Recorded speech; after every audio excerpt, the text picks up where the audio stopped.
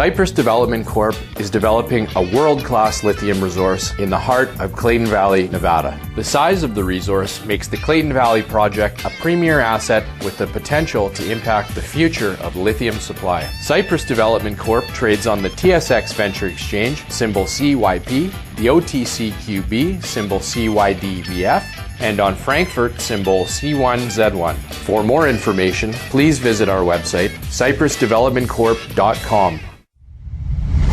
You're listening to HowStreet.com radio, available online at TalkDigitalNetwork.com.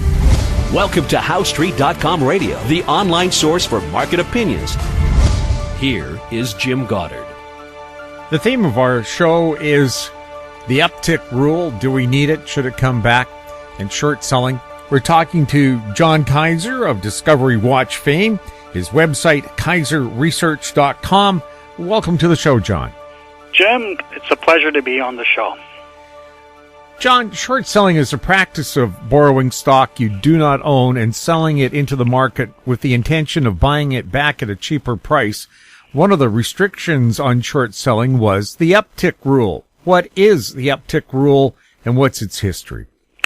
Okay, first, for the audience that doesn't understand short selling is when you sell shares that you do not own. Say there's a stock at 10 cents and you sell 100,000 shares short. You borrow it from somebody and you hope to buy it back. If the stock goes to a zero, you make $10,000.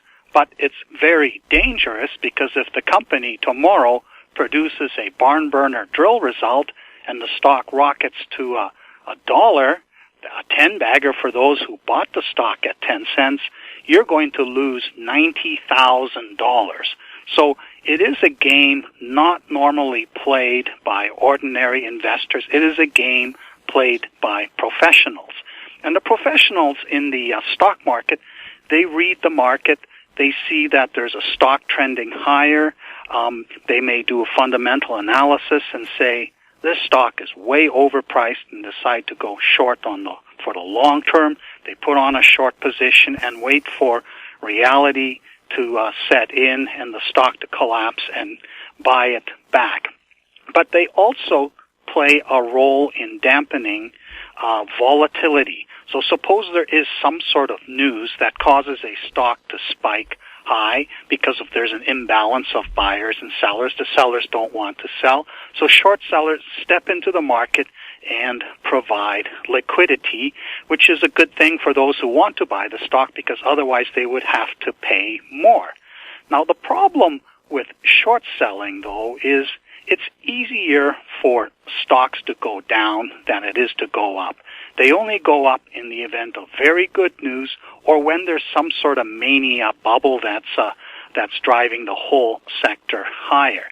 So the regulators, to prevent short sellers from selling, driving a stock down, and basically ruining the market's price discovery mechanism, they introduced the Uptick rule, which says that you cannot sell short at a price that is lower than the last different price. In other words, if the stock traded at 10 cents and that was the last high price, you cannot sell it below that price. And that 10-cent price has to be higher than the last different price, so 9 cents. So the idea was when there is incoming buying driving the stock up, you sell short into that and sort of dampen the upside momentum.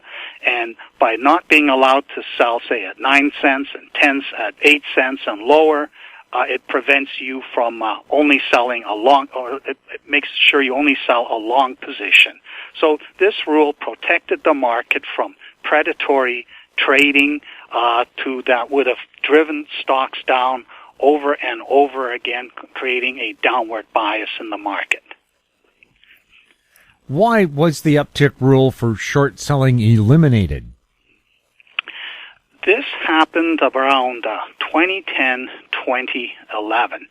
Now, it all has to do with computerized trading. In the early 90s, the Vancouver Stock Exchange, now the TSX Venture Exchange, pioneered the movement from the old floor trading system to an electronic order book. In other words, it was a computer into which the desk traders entered the broker's orders. It went in there at the price with the limit and the size, and it went in there, and it was a digital queue. It was a first come, first serve type of thing. And this was really good for short selling, because if the order was tagged as a short sale, it was not, the computer would never let it sell on a downtick and violate the uptick rule.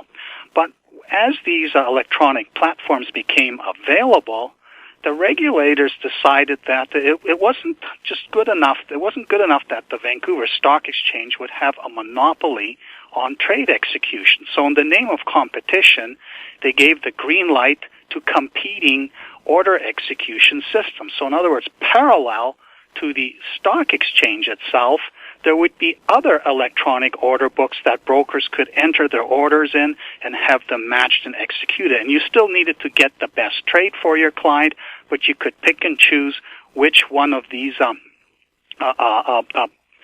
platforms you could do it. You could do it to.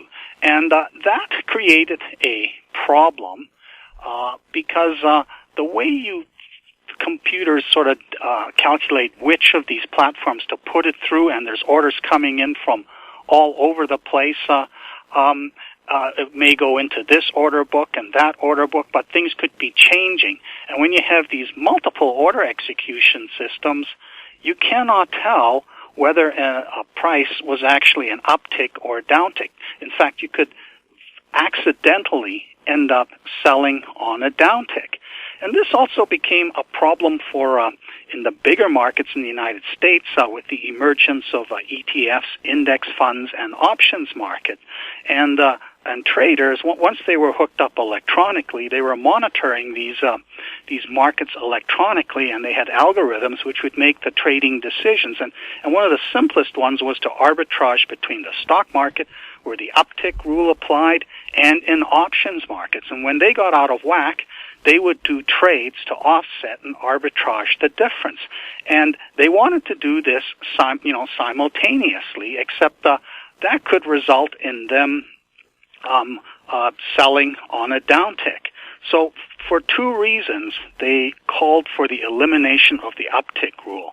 One is when you're using multiple order execution systems, you didn't want to accidentally break the rule. And of course, if you could, it made it no sense to have that rule.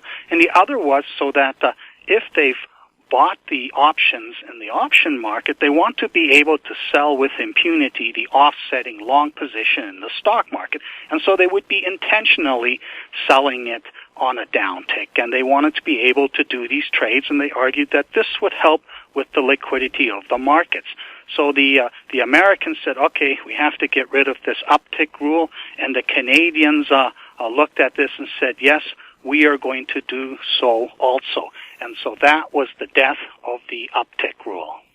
Do multiple trading platforms make it difficult to maintain orderly markets? In my view, I think they compromise the idea of the market as a price discovery mechanism. In theory, you want all the buyers and the sellers to be auctioning, figuring out where they exchange stuff. But now you have orders parked into different platforms, and each of these platforms has different fee structures. Some of them penalize you for putting an order in that is a market limit order where you're hitting the bid or taking out the offer. Others actually pay a fee if you put an order in above the market or below the market so that the order book gets filled. And of course, the reason they do this is because they're also trading in these different platforms and trying to clip differences. Now, there's an outfit in the United States called Robinhood.com, which basically allows people to trade for free using their cell phone. And the reason it's free is because the brokerage firm, the Robinhood.com platform, makes its money by directing the orders into these different platforms. And the difference that you save going putting it through this one rather than that one, that does not go to the client. That goes to the brokerage firm who pockets that. And so when they get an order, they have an algorithm immediately snoop all these alternative trading platforms and look for the most lucrative transaction that doesn't violate the limit of the order and still gets the best trade.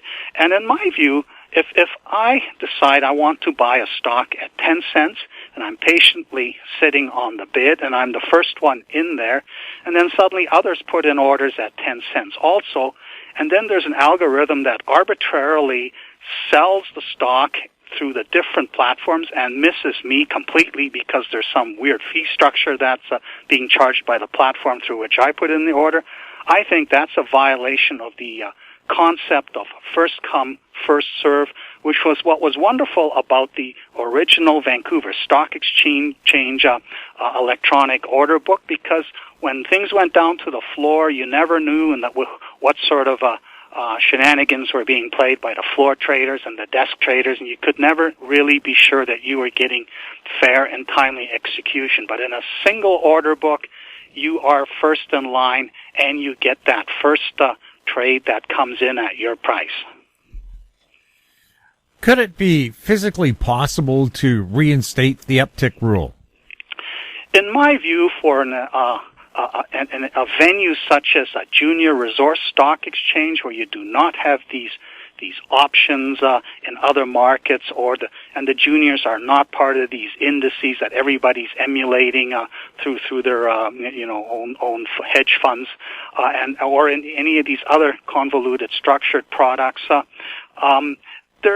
it really should be just a single utility where everything goes into one order book. Now the problem is the genie is out of the bottle.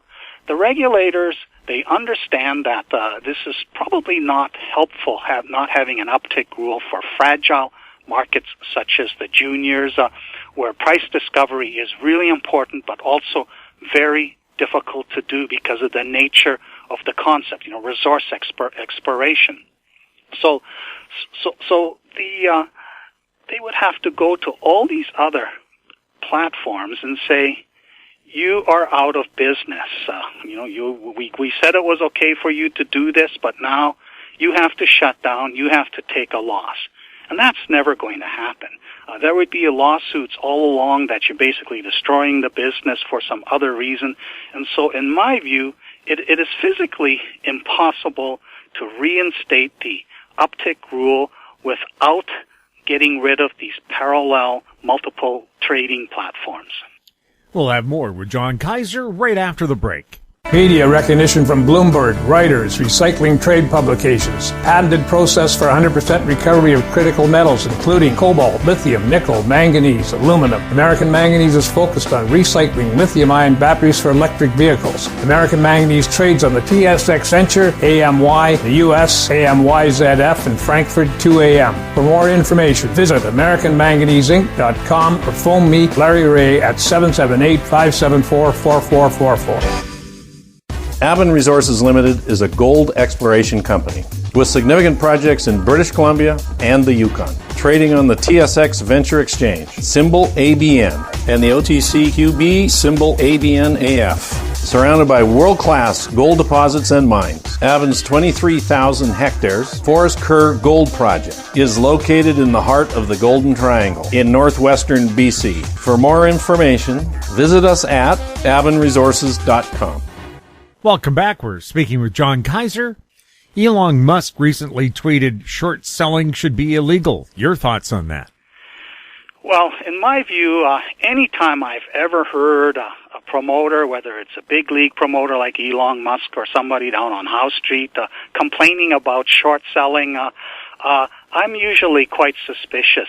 In the case of a stock like Tesla, there is a very large short position that has been built up by people skeptical that this emerging car company deserves a market cap many times that of existing car makers that have been around for decades and have sell way more cars. And so these short sellers are betting against against that valuation, saying this is going to come down. And of course, the promoter behind the company is unhappy about that. But these short positions, shorting is actually a good thing for the market in general, because when you see a big short position like this build up, then you have to ask, why are so many people going short this stock? And you have to look at their arguments, and there are specialist groups such as Muddy Waters, which put together detailed research explaining why the way everybody is viewing the company is an illusion. But in the case of the resource juniors, the problem with the resource juniors is that the short selling is not really done on a long-term basis. Something like Tesla, people are holding the short positions for weeks, months, even longer, and they have to borrow stock in order to maintain that position. In the Canadian system, this doesn't really happen. There isn't really a lot of this type of fundamentals-based short selling going on because you have to borrow the stock. And the problem is a brokerage firm can only lend your stock out to a short seller if it is in a margin account or you have not paid your recent purchase. In the good old days of the 80s, the game was we would at the beginning of the month, everybody would start buying stocks. Of course, you had 5-day settlements, so you were supposed to have a check in the door within 5 days. And the brokers and the compliance departments would let it run as much as 15 days. But there was the dreaded month end by which all these accounts had to be settled. And in this sort of game, there was a lot of overdue accounts. So there were shares in these juniors available for the short sellers. And of course they would short into the bump at the beginning of the month, and then when their compliance departments forced all the brokers to flatten these accounts and sell them at whatever the price was, that's how they would cover their shorts at the end of the month, but it was always borrowed. But today, you have 2-day settlement. Compliance departments do not allow clients to run debits in cash accounts. So there technically isn't any stock available to be borrowed to maintain a long-term short position against some junior that you think is way overvalued. The problem with the resource juniors are these special day trading accounts where you can sell short and you're required to be flat by the end of the day, which means you do not have to borrow the stock if your plan is to buy it back by the end of the day. And this has created a very predatory system that in my view, is very damaging to the resource junior sector. What's the difference between regular shorting and predatory shorting? Well, let me describe how this works. The resource juniors are particularly vulnerable because everything is a news event. They raise money, they're going to go out and drill a project. It's going to take, 6-8 weeks to do the drilling. It's going to take another 4 to 6 weeks to get the results. And all of a sudden, the results are there, and there's a news release. And sometimes the results exceed expectations. Sometimes they are woefully bad, in which case the stock goes down right away. But in other cases, it's encouraging, it's better, the potential for a big discovery has improved, it's just not there yet. And the whole idea of the exploration cycle is that you raise money at a stage of a project, and you put the money to work, and you demonstrate that your dream, your target is coming closer to reality, and if you are able to do so with exploration results, you should be rewarded with a higher stock price in the market. But what happens now is when a news release comes out for some, big anticipated exploration program, these algo traders are already waiting. And when there are existing shareholders say, wow, this is great, I think I need to own more stock, or others who have been watching say, great, this is removing risk, I want to come in and now own this stock. So in comes the real risk capital, buying shares, and the selling ideally comes from existing shareholders who had bought at a cheaper price and are taking a profit. And often it's insiders. You say, oh, the insiders are dumping their stock, but many times the insiders are recycling the proceeds, putting money into the treasury in order to fund the next stage of the program. But what happens instead is these special day trading accounts, and they're typically run by the brokerage establishments, they come in and just start selling into the volume. And initially, they're actually selling into an uptick because there's fresh money coming in. It's driving up the stock price. They are dampening the volatility. Those people who want the stock are getting it cheaper than they might otherwise have to pay. But of course, the momentum of the inflowing capital typically dies down, even within the day. And this is where the short selling becomes predatory, because once the stock price has peaked and starts to fade, the existing longs will sit there and wonder, well, gee, should I have sold today? But the predators, they just keep selling stock that they don't own. They start leaning into the order book and they drive it down, and each price is a downtick, and everybody watching this sees this. And by the end of the day, the longs, or even the ones who bought that day, say, oops, I think I made a mistake. So they end up selling by the end of the day before the stock gets lower, enabling these predatory short sellers to cover their short. It's the ability to manipulate the uptrend into a downtrend and literally strip out this risk capital that's coming into the market and pocketing it and not really providing any positive benefit to the market in the sense that a traditional short seller does, providing liquidity when there's suddenly excitement and also providing an alternative narrative about the fundamental value. This type of predatory short selling is, in my view, the only kind that really takes place in the resource junior sector, and it is a reason why I would love to see the Uptick rule reinstated so that they can't do that, but which is why I'm also saying we cannot get rid of this because they have these multiple order platforms and they cannot tell those to shut down and just have a single utility where there are regulations that prevent the utility from gouging the customers in terms of transaction costs.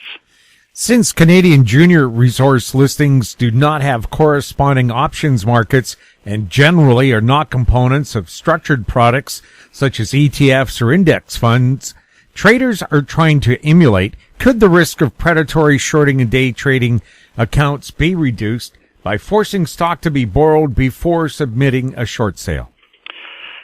Ideally, this should be the case. If you have targeted a company as, there's going to be a news release for such and such a company, it's Nevada Exploration Inc., they're drilling that South Grass Valley project, they're going to have snake eyes again, you should have, if you plan to sell short, if the results aren't total snake eyes, you should have the stock borrowed so that when you go in there with your trades tagged as short sales,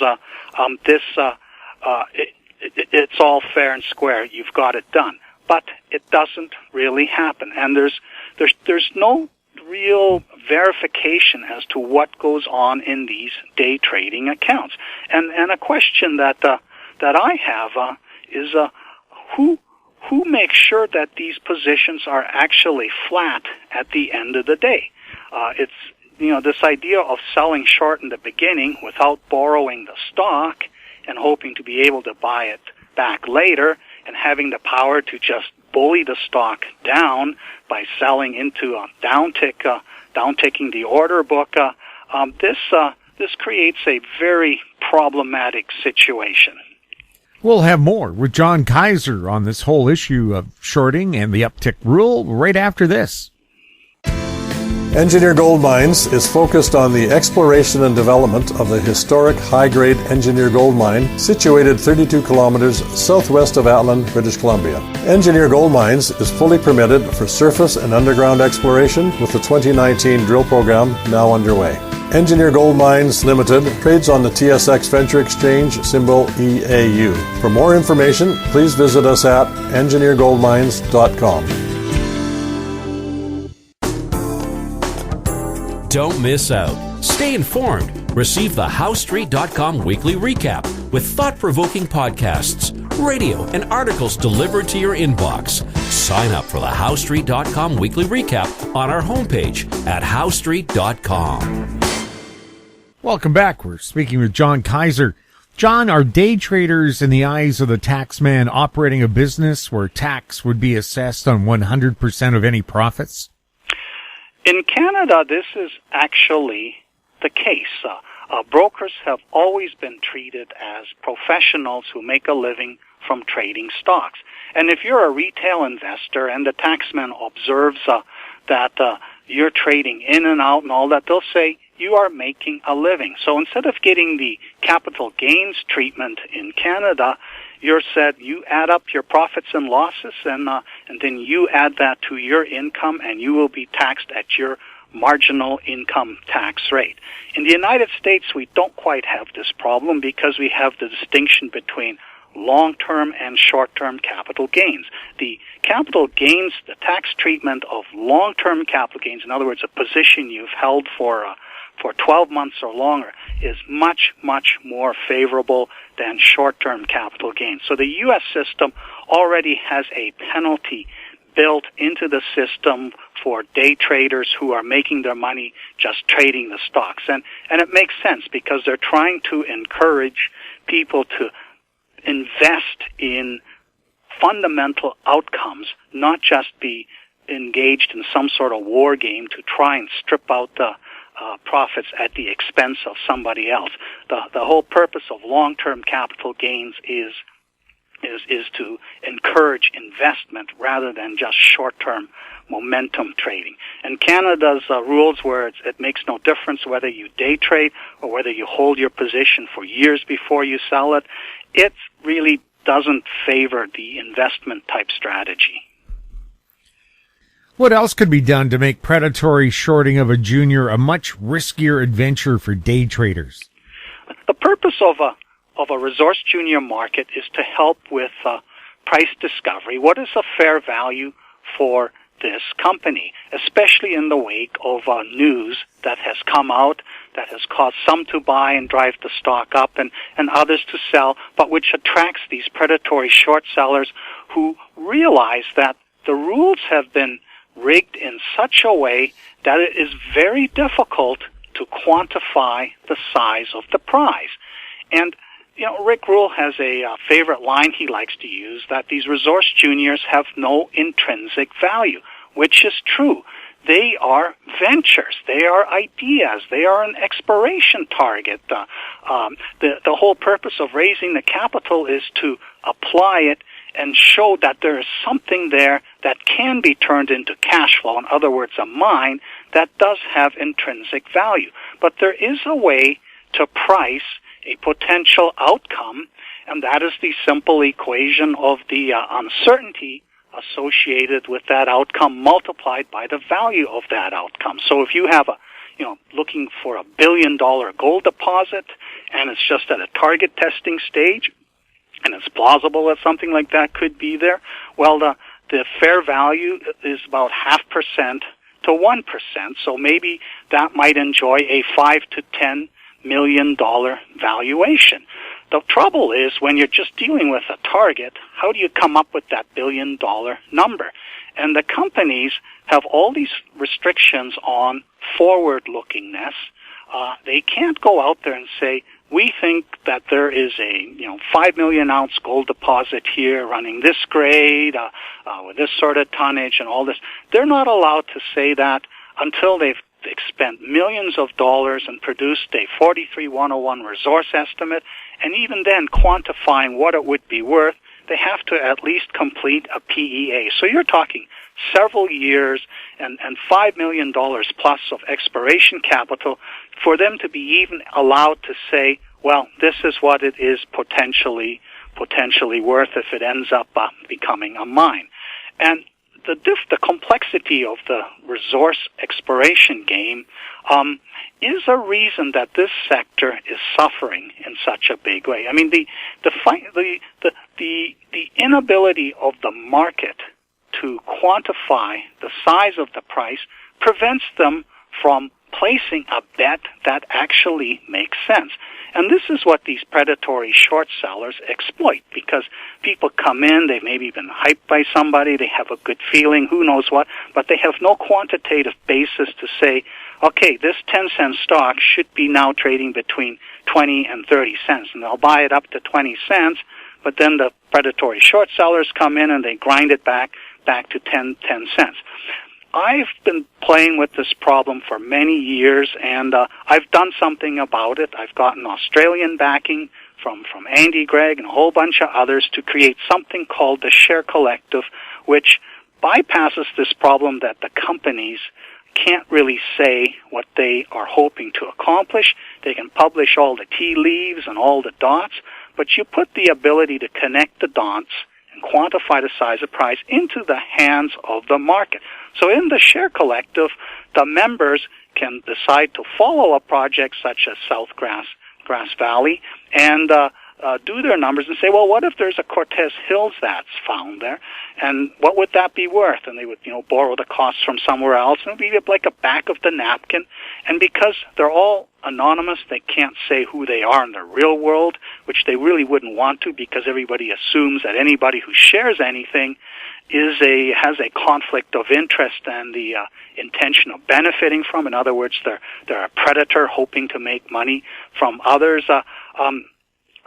So when they share this in a competitive environment, and many of them are doing, the crowd itself can judge. And so you have a mechanism whereby the wisdom of the crowd can home in on the most plausible scenario. And once you have this expectation out there, with, of course, its really pessimistic ones and its very optimistic ones, all of a sudden the market has the ability to sort of see what are we expecting? How do the numbers that have just come out match? And this would really make a difference with these algo traders, because they would come in and the market might overshoot, they start selling into it, but they can't with impunity break the vase, like knock it off the pedestal and shatter it, and nobody can put it together again, because ordinary investors would see, okay, if this thing gets squashed back to 10 cents, it really should be back at 20 cents. So there'll be natural buying that comes in.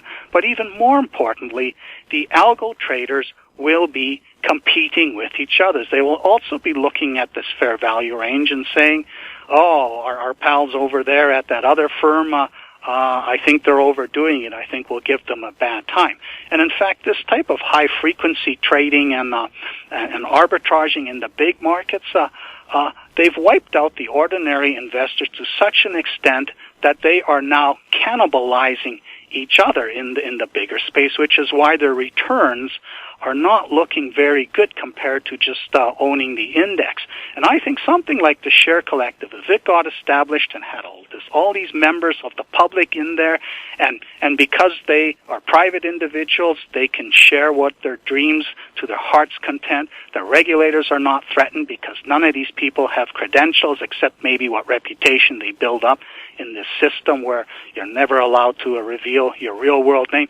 This would create a balance to the predatory short selling, and we wouldn't need to worry about the downtick rule, because the short sellers themselves would end up becoming the brakes on predatory selling on a downtick. Why is it so difficult to quantify the size of the prize? Well, it's behind it all is the discounted cash flow model, which is basically saying, okay, during the 20 years or whatever of a mine life, what are the annual cash flows going to be? And you're going to have a rough idea of what the tonnage will be, what the grade will be, what the recovery will be, what the operating costs will be, what the capital costs will be, what the taxation rate will be. And these are things that most people do not know. And, the qualified professionals who put together these 43 101 report, they know all this stuff. That's why they get paid big bucks to produce these things. But what we need is a system where the public can roughly anticipate what it is that's going to come out in the 43-101 report, so that it isn't a deadly surprise when it does come out. The market's already within some sort of error of margin, got a close idea of what's going on. And this would create greater stability in the market. It would not have this event type of a situation where out comes the news and, it's not what we expected. It's very different. The market would already be priced to and reflect what is likely going to come out. And facilitating it for the public so that they learn how all this works, that's also key to having that whole post-boomer generation, the Generation X, the millennials, even Generation Z for you Canadians, to discover this sector and feel like they can play in it. It's so much easier to just do momentum trading in the cannabis space or some other thing where it's a winner-take-all dynamic and you don't need to know anything about the underlying fundamentals. The resource junior sector is really, really difficult. And the insiders of the companies, they're supposed to do this economic geology stuff, and it's kind of a disgrace. They crank out geologists from the university, and they do not really even teach the discounted cash flow model or anything like that. So these young geologists, when they go to work for some junior, can sit there and say, this target's way too small to ever be a mine, at least with that sort of grade that we're looking at. And that's what we require at the company level, and the really good companies, they do that. The incompetent lifestyle companies, they have no idea how to do that. By teaching the market how to do this and giving them an online facility where they just need to fill in the blanks and push a button and see what the result is, and when they're happy with it, share it into the public space for everybody else to look at, that is what is needed to overcome this difficulty of quantifying the size of the prize. Would not your share collective be deadly to resource juniors? Yes, that's why a lot of the people in the industry do not like this idea of all, because fake projects that have no real potential would become very transparent. Companies that have a horrid website where nothing is outlined, where there's no evidence of a geological model behind this exploration play, these sort of lifestyle companies, they would have no chance in this reality. But it doesn't really matter, because the way things are going, the resource junior ecosystem is headed towards extinction. This last quarter is the worst quarter in terms of financing activity by TSX Venture resource listings since 2015. We're heading into the 9th year of a bear market, and maybe gold will bail us out in 2020, but the system is dying. And that's why one of the other issues that I think needs to be done to really help save these resource juniors and deal with this, predatory short selling is we need to broaden the audience that can give money directly to the company through a private placement financing, rather than doing it through by simply buying stock in the market and buying it from short sellers and from existing shareholders, which, if it's original treasury stock, they had to be millionaires, the definition of accredited investor. What is the accredited investor concept?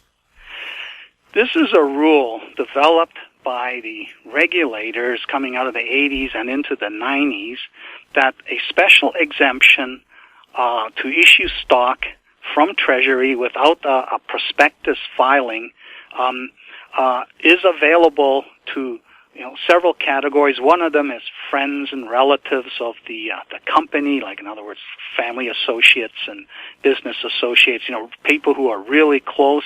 And then the other is the financial measure. Originally, you were allowed to include the value, the equity in your home, in your primary residential.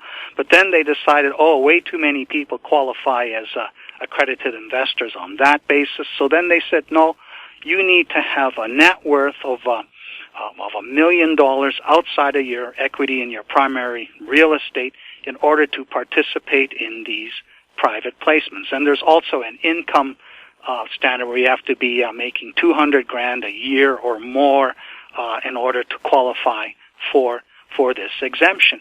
And in the prior decades, at the start of the 2000s, when we had the super cycle and also the big gold breakout, there was a lot of money coming into the sector, and there was no shortage of accredited investors. But now that we've had 9 years with no clear macro narrative bringing in the money, the accredited investors have become quite scarce. And they've also seen how these structural changes in the market have really harmed the ability of companies to get a better price in the market as a result of results, positive results, and they're saying there's no liquidity for us. So we're basically betting on a best case outcome, and that's not how these markets are supposed to work. If you want to buy lottery tickets, go buy a lottery ticket. So the accredited investor pool that's willing to bet in this space has become very, very small.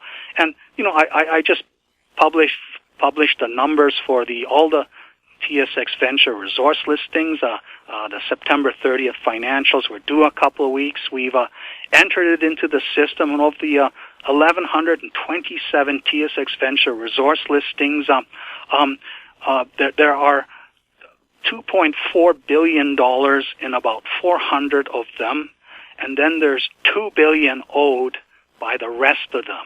The $2 billion will never ever be paid back. The $2.4 billion is basically what's left for 500 companies. It makes bottom fishing pretty easy to do, but really not all these ones that are zombie companies deserve to be zombie companies.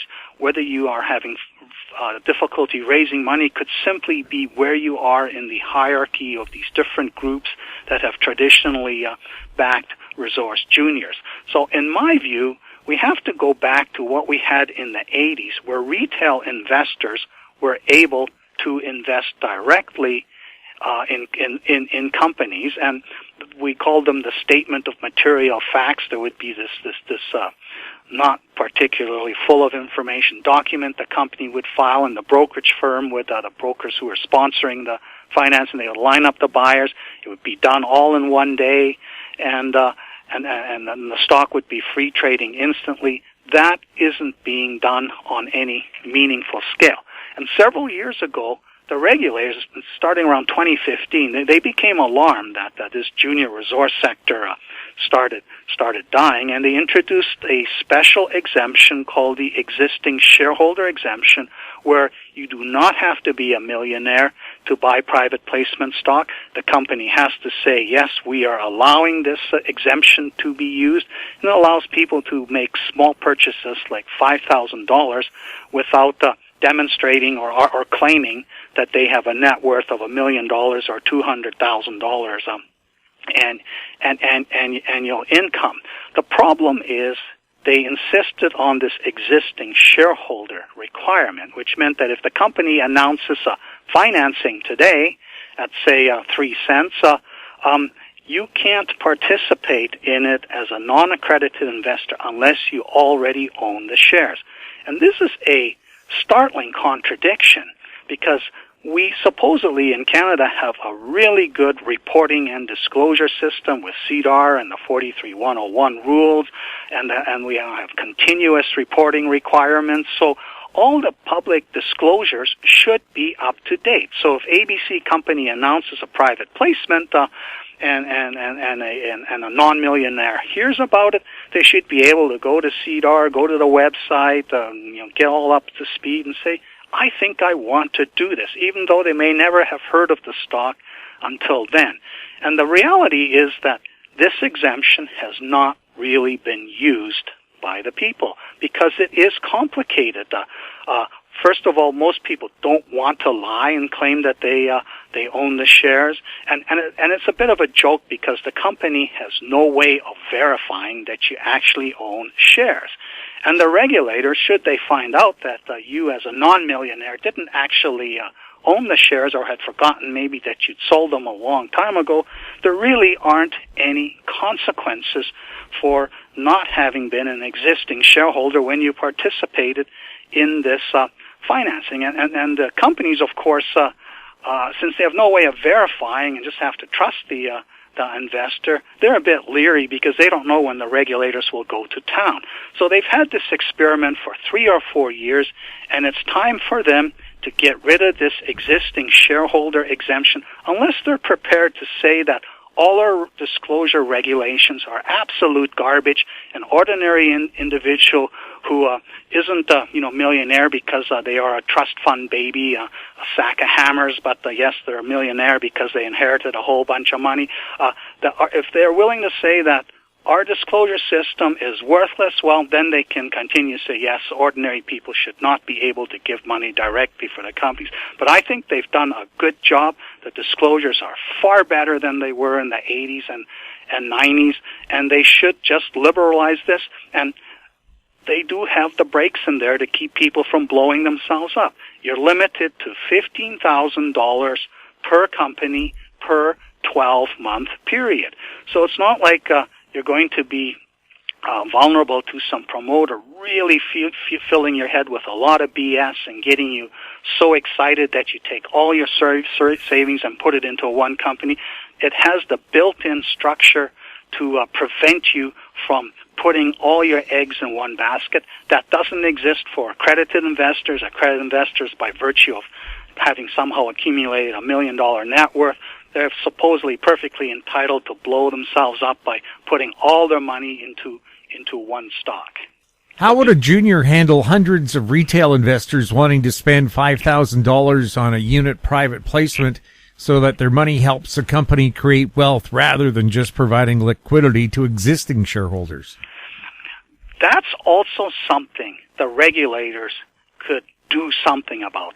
I believe that if you broaden the audience, the number of people who are thinking about the stock, researching what the expiration play is all about, placing many bets, you end up with a much more stable market. The price discovery mechanism that the market's supposed to work, it will actually start to function, and we'll have that offset against the predatory short sellers selling on a downtick.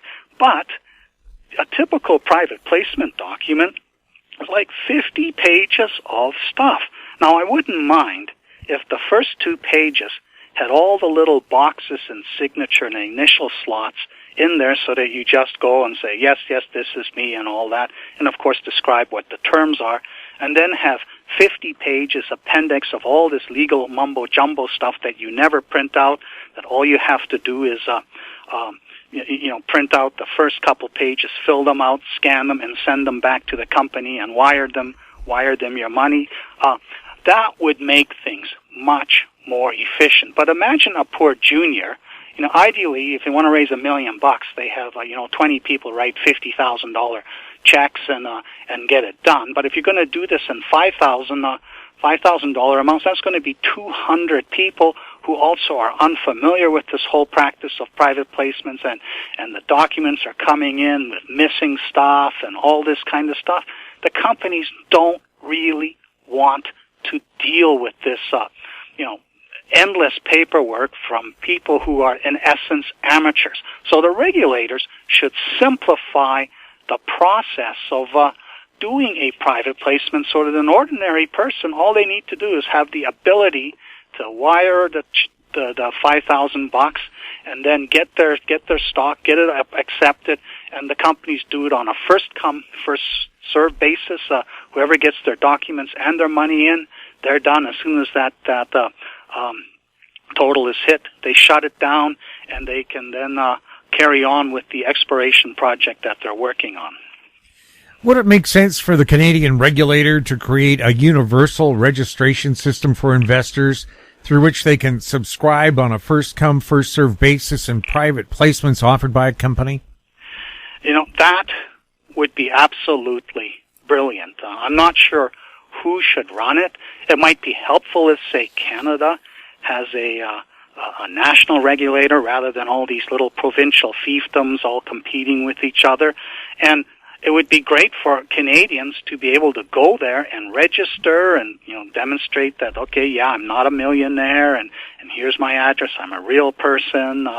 And this same facility, if a company's doing a private placement, go there and says, okay, here we're lodging. We're doing 5 million units at 10 cents, first come, first served basis, and through this site, the company doesn't need to worry about what the qualifications of that party are.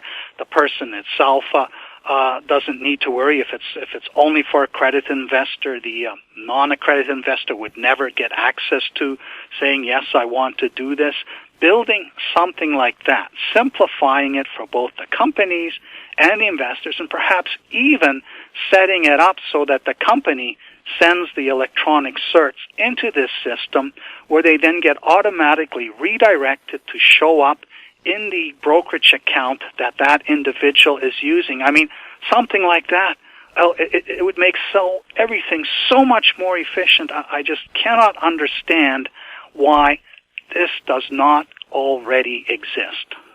How sorry do you feel for cannabis juniors that there's no Uptick rule to protect them from predatory short selling now the bubble is over? Jim, I think you're trying to make me sound like a hypocrite, since I've been pretty grumpy about the cannabis bubble having sucked away all the oxygen room for the resource juniors.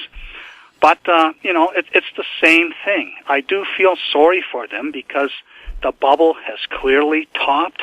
We have 400 tons sitting in warehouses in Canada. That's 1 billion joints that Canadians are supposed to smoke as soon as possible so that this inventory can be moved. The great hope of moving into the United States, these Canadian companies are the staging ground. Well, here in California, you can have 6 plants growing in your backyard, and each plant generates 200 to 500 joints, and most people have no desire to smoke that many joints. So we have the sharing economy, similar to with home brewing with craft beers and so on. So people who grow these, they just give it as presents to their friends. It would be illegal to sell it because you'd need an actual commercial license to do that. But this idea that this cannabis business is going to be this staggeringly valuable business, it's just not going to happen. And now we're seeing the evidence that it's not happening. So the bubble that the Canadian brokerage establishment fueled, it is now in the deflating stage. And I'm quite concerned that any of these companies that are still involved in the cannabis space or trying to get in space, these predators are now watching them. They know the momentum, the back is broken on the story, and if the promoters manage to drum up any sort of interest, get some newsletter writer to promote it, or they get some sort of little deal done, there's going to be these short sellers selling naked positions on a downtick, and this time the market momentum will not be on the side of the cannabis juniors. It's going to be against them. It's going to be ugly because the resource juniors are so dead at this point. There's nothing left to be squeezed out of them. Trading values are way down for the resource juniors, but there is still more traded value in the TSX Venture cannabis listings. And yeah, people who are cannabis shareholders should be concerned about the fact that there is no uptick rule to protect them from predatory short selling. John, thanks a lot for commenting on this issue. You're welcome, Jim. My guest has been John Kaiser. He's a regular guest on HowStreet.com with his show Discovery Watch, his website KaiserResearch.com. If you have any questions for John or any of our other guests, you can send them to info@HowStreet.com. Our YouTube channel is Talk Digital Network. Find us on Twitter @HowStreet. We're also on Facebook. I'm Jim Goddard. Thanks for listening. Comments made on HowStreet.com radio are an expression of opinion only and should not be construed in any matter whatsoever as recommendations to buy or sell any financial instrument at any time. Available online at TalkDigitalNetwork.com. HowStreet.com radio is a production of HowStreet Media Incorporated.